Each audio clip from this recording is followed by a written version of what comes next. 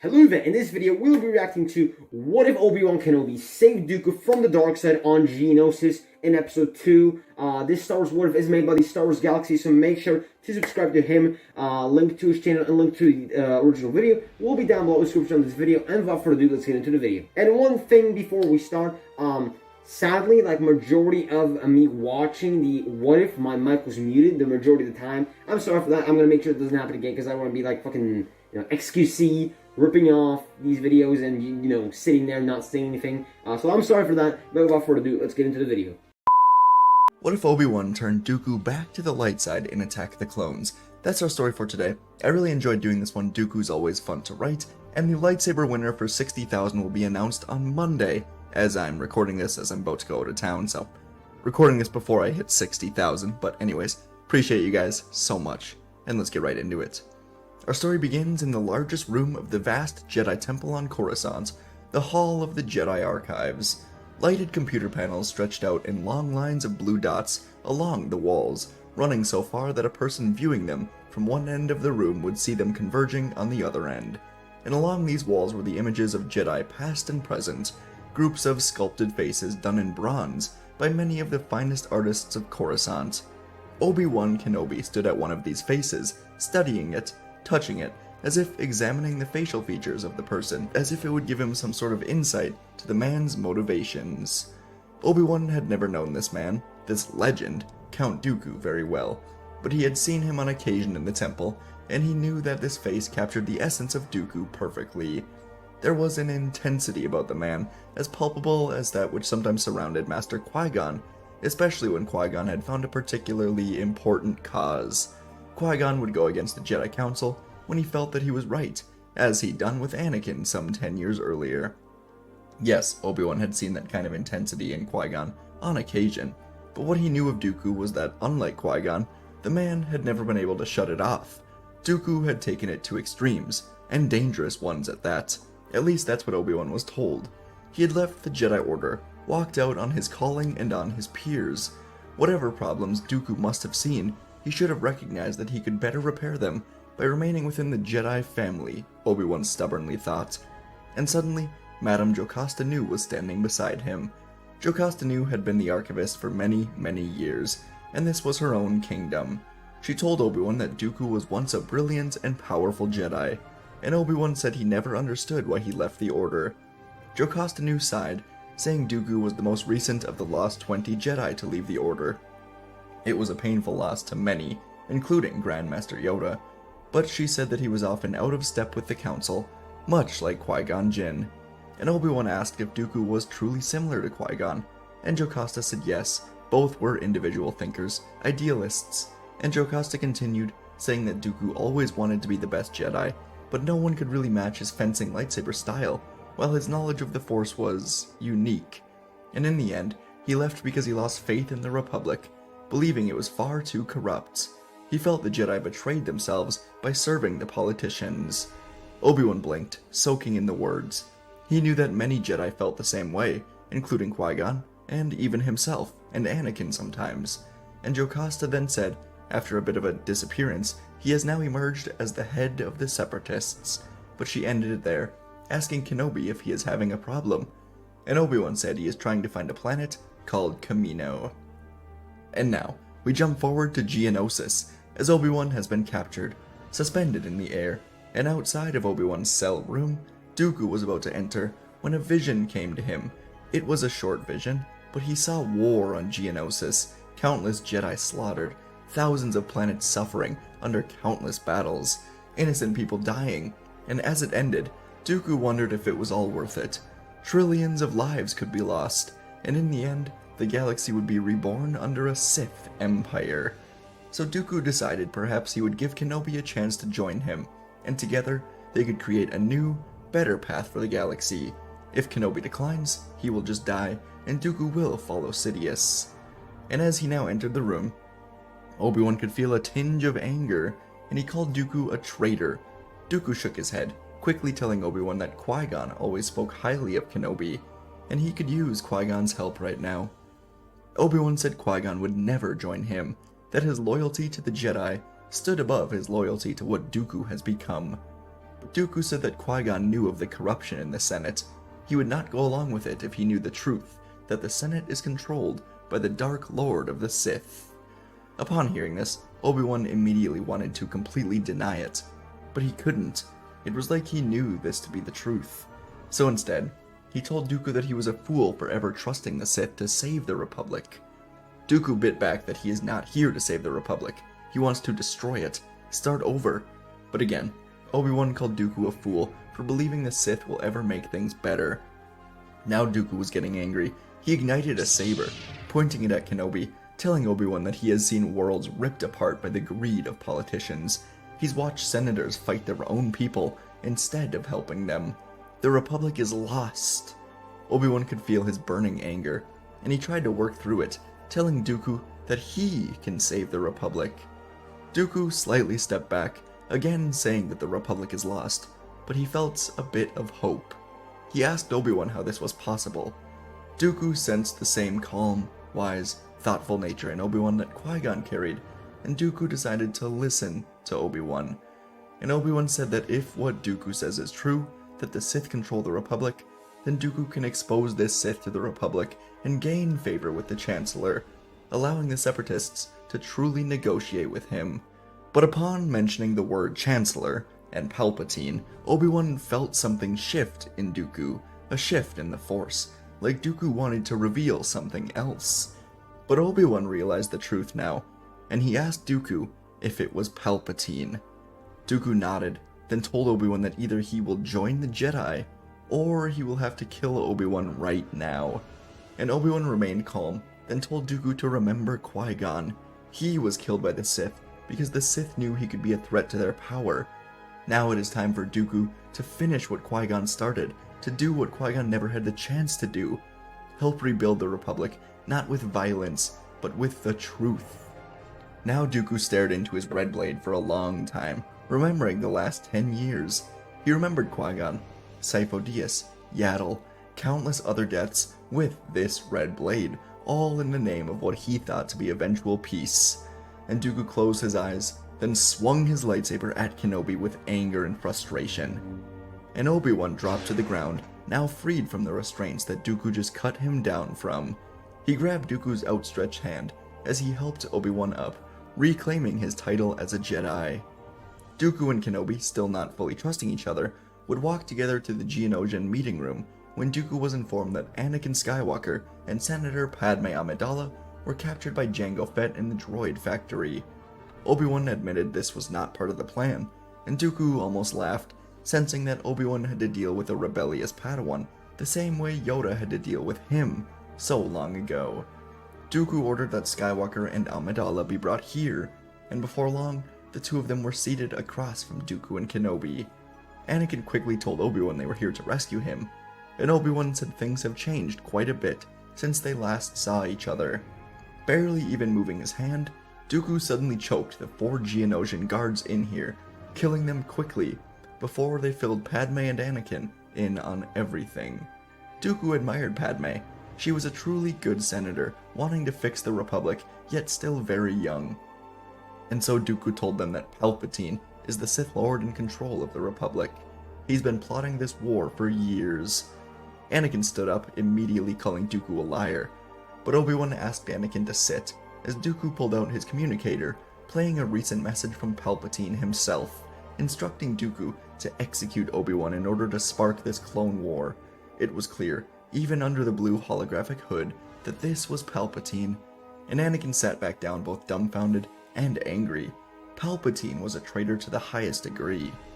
Dooku said that he sees that his ways are wrong, and with the help of good senators like Padme, good Jedi like Obi-Wan, Anakin, the Republic can be rebuilt with his help, after he exposes Palpatine to the Senates.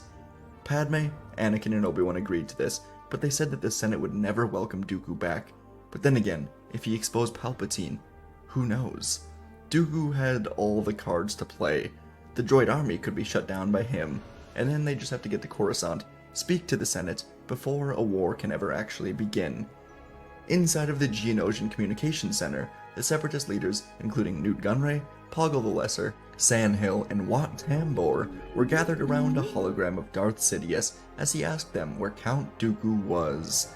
Sidious recently sensed a disturbance in the Force, as if his apprentice has decided to choose a different path, and Sidious took almost immediate action on this. It would be headed to Geonosis very soon. But as the Separatist leaders were telling Sidious that Dooku is meeting with the prisoners, the door opened and Dooku led Padme and the Jedi inside. Dooku initially planned to arrest these leaders, perhaps have them testify to the Senate, but upon seeing the hologram of Sidious, Dooku knew they were bots. They would never be on his side. He didn't waste any time, quickly choking the leaders, as the Jedi took out the nearby battle droids. And Dooku then walked to the hologram of Sidious, telling his former master that he can no longer follow the path of the Sith. It is not the way. Sidious did not react as Dooku would have hoped. There was no fear, no panic, no shift in the Force. Instead, Dooku watched as Sidious curled his lips in a smile and began laughing, telling Dooku that this is unfortunate, but his demise will be quick as he dies with the Jedi Order. Padme asked frantically what was going on, and Dooku tried to send a message out of Geonosis to Kamino, but he now realized all communications were being jammed. Instead, he instructed Anakin on exactly how to shut off all of the battle droids, thinking Sidious could have activated them early from Coruscant. Dooku was missing something, he just couldn't figure out what it was. Anakin ran to the control station and quickly began working. This type of thing came naturally to him, and Dooku gave him clearance codes to begin the complete shutdown. He then ran out to the Geonosian arena to find Mace Windu emerging from a different hallway, making eye contact with Dooku as Jango Fett was nearby as well. As Windu entered the arena, he was shocked to see that Obi Wan, Anakin, and Padme were nowhere to be seen. Initial intel said they were set for execution in the arena, but instead the arena was just packed with Geonosians, patiently waiting for the festivities to start. Windu did see Jango Fett, and the Jedi Master ignited his lightsaber, resulting in the other 200 Jedi also igniting their sabers. This was supposed to be a rescue mission, but Dooku was standing peacefully with Padme and the Jedi. Something was off. Everyone could sense it. Dooku turned back, yelling that they have to get out of here, as suddenly 5 Republic Venators appeared in the sky, and Dooku realized his mistake. Palpatine escalated the arrival of the clone troopers here, and as soon as the legions of clones arrived, Palpatine would order them to execute Order 66, take down all of the Jedi, including Dooku, and dozens of clone gunships would emerge from the Venators, pouring down to the arena, not to rescue the Jedi, but to kill them. Yoda was in one of the gunships when the clones turned their blasters on him, but he quickly cut through the 5 clones in here, then used the Force to eject the pilot. His gunship crashed to the ground, sliding across the sand as he jumped out of it, once again igniting his saber, landing amongst Windu and the other council members. As Windu asked what was going on, Yoda said he brought the clones to help, but they've all suddenly turned. There was no time for questions, as the clones began firing down at the 200 Jedi, while many of them were landing on the ground as well. As these 200 Jedi fought and died to the clone army, Anakin finished the droid shutdown command, and when it was done, he saw that a kill switch was installed for all of the factories. Dooku told him to do it, so Anakin hit the switch. This self-destruction of the droid factories would cause the entire arena to begin rumbling, and Dooku said he has an escape plan. Everyone followed as he jumped down into the arena with the Jedi, while Anakin was holding Padme. They landed in the middle of the battle, and at this point, around 20 of the 200 initial Jedi had survived the onslaught of the gunships and clones. The ground was shaking as the factories were exploding under and around the arena as Dooku landed, telling Windu and Yoda to follow him. Obi-Wan nodded his approval. The surviving 20 Jedi ran through the arena doors, blocking blaster fire, cutting down clones in the way, and Dooku was able to blow the doors open as the Jedi all sprinted inside, as the Republic Venators got into range of the arena, firing heavy blasts onto the arena floor, obliterating it as the Jedi got safely inside. Dooku would guide these 20 Jedi to the ships of the Separatist leaders, and there was just enough space in these ships to fit all of them. As the ships began to take off, Dooku began communicating to them through the secure Separatist frequency, and he explained everything. He joined Obi-Wan, but Sidious, Palpatine, must have used the clones to kill them all. Dooku said that he and Palpatine did build the clone army, and there was an inhibitor chip in them that could cause them to turn on the Jedi immediately. It was an army for the Jedi, to destroy the Jedi.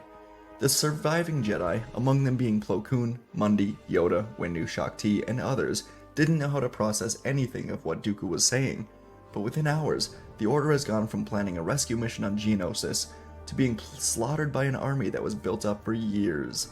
As the handful of ships exited the arena hangar as it went up in explosions, they saw an entire blockade of Republic Venators waiting for them in the sky, as clone fighters flew at these separatist ships.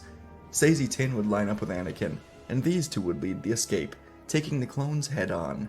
There were 8 total ships carrying the 20 Jedi, and as they weaved through the atmosphere, 3 of the ships were blown away.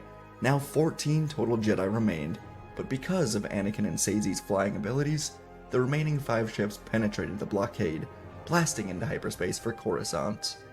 During the hyperspace trip, Yoda and the other Jedi all felt a sudden shift in the Force. Palpatine didn't only send clones to Coruscant. No, there were 1 million clones ready, and they all spread into the galaxy. Thousands of them went to the Jedi Temple, and the temple was largely unguarded.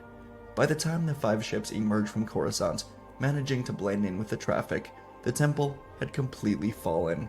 Fires burned, smoke filled the air, and they landed their ships in a discreet hangar bay.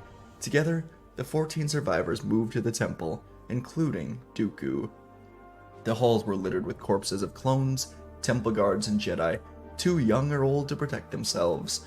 Obi Wan saw that Jocasta Nu had died in front of a group of younglings, protecting the children. As the survivors all looked around, Anakin ignited his saber, moving in at Dooku, asking if this was all part of his plan. Dooku simply shook his head, and the other Jedi could sense he was telling the truth. But he didn't deny this was all his fault. He never wanted this. So he asked the Jedi to let him fix this.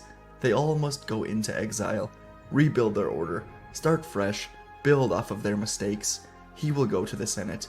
He will do what has to be done with Palpatine.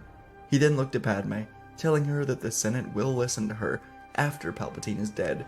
She must step in, lead this crumbling republic to a new, better place.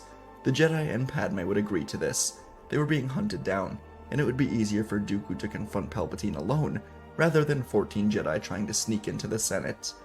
So the Jedi left Dooku, and Obi-Wan stayed back a moment, telling Dooku that Qui-Gon would be proud, despite all of his mistakes. He is doing what has to be done.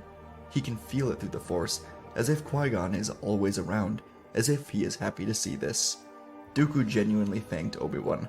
Then he and Padme went to the Senate building. As Palpatine was speaking to the entirety of the Galactic Senate, he said that the Jedi were found to be traitors in liege with the treacherous Separatist Alliance, but luckily the Grand Army of the Republic was trained well enough to take them out.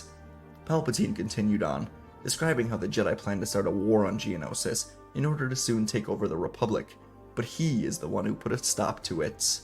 Before Palpatine could declare a galactic emergency, make himself Emperor of the Galaxy, lightning shot up from the bottom of the Senate chamber, slamming into Palpatine's pod.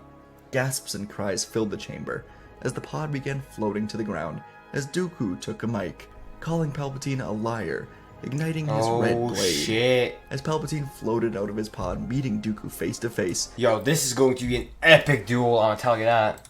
He closed the Senate chamber around them, so none of the senators could see him ignite his own red lightsaber, facing down Dooku.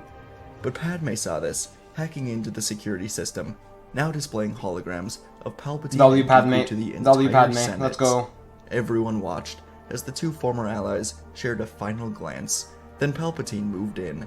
Their blades collided in a sudden clash of red light as Dooku and Sidious moved through the hall, both elite duelists with understanding of both the light and dark sides of the Force. Dooku struck at his Sith master with precise, calculated strikes, while Sidious embraced a feral but heavily controlled aggression, born from years of hatred and patience, waiting to be unleashed. Their fight moved through the room as Sidious would force Dooku back against the wall, debris from the unstable ceiling raining down, manipulated by the Force, becoming projectiles thrown at Dooku. And as Sidious spun in for a stab, Dooku barely ducked underneath, and he swung back at Sidious, slicing into his robes. The two of them regain their composure. Come on, Dooku, you got this, man. You got this. Cutting into the floor before flipping back into battle. Again, Dooku was being backed up, but this time it was his own strategy. He once more waited for Sidious to overplay his hand, and once he did, Dooku crushed the lights with the Force, sending a wave of fire and lightning at Sidious. Damn! The Sith Lord waved it off as his robes caught fire, illuminating him in the new darkness. Okay. Sidious closed his eyes, waiting for Dooku to make a move in the dark. And in a desperate bid, Dooku would lunge forward, lightsaber aimed for Sidious's heart. But Sidious evaded it with crazy speed, countering with a brutal kick to the face, sending Dooku sprawling to the floor. Oh shit, no. Lightning crackled from Sidious's fingers, but Dooku spun away, deflecting it now with his lightsaber, though the effort did visibly weaken him. Sidious closed in, the lightning and red sabers lighting up the room, and he got to Dooku, slamming his saber down on him again and again, until they locked sabers. This, though, allowed Dooku to gain the upper hand. Let's go, He come on. guided Sidious's saber to the floor, smiled, then sliced up through Sidious's Oh shit! Sidious gasped with surprise, trying to move back in, but Dooku had already won.